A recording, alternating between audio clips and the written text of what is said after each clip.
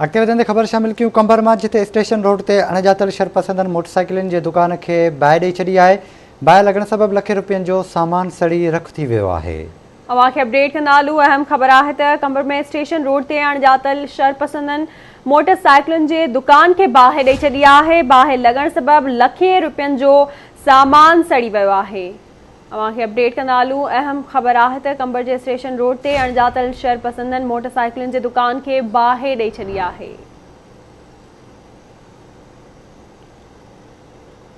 ख़बर अवां ताईं पहुचई पिया कंबर मां, जिते स्टेशन रोड ते अणॼातल शरपसंदनि मोटरसाइकिलुनि जे दुकान खे बाहि ॾेई छॾी आहे। बाहि लॻण सबबि लखे रुपयनि जो सामान सड़ी रख थी वियो आहे।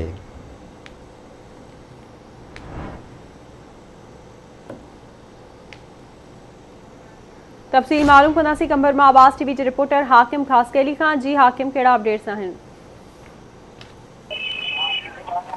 जी हाकिम, कहिड़ा अपडेट्स आहिनि? छा मामलो आहे?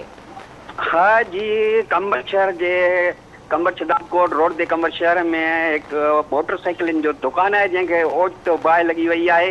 जंहिंजे हिकु बाहि लॻण सबबि जेको आहे त हुनजे दुकान में पियल पाणी जो मोटर, ॿियो सामान जेको बि हुयो, समूरो सामान जेको आहे उहो सड़ी रख थी वियो आहे।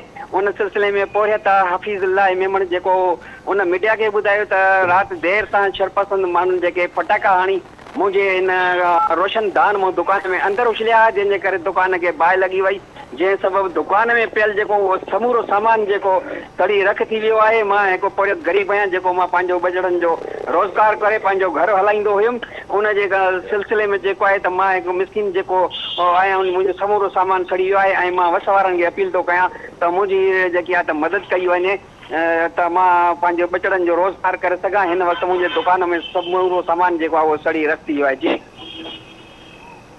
वरी महिरबानी अवां जी आगाह करण लाइ।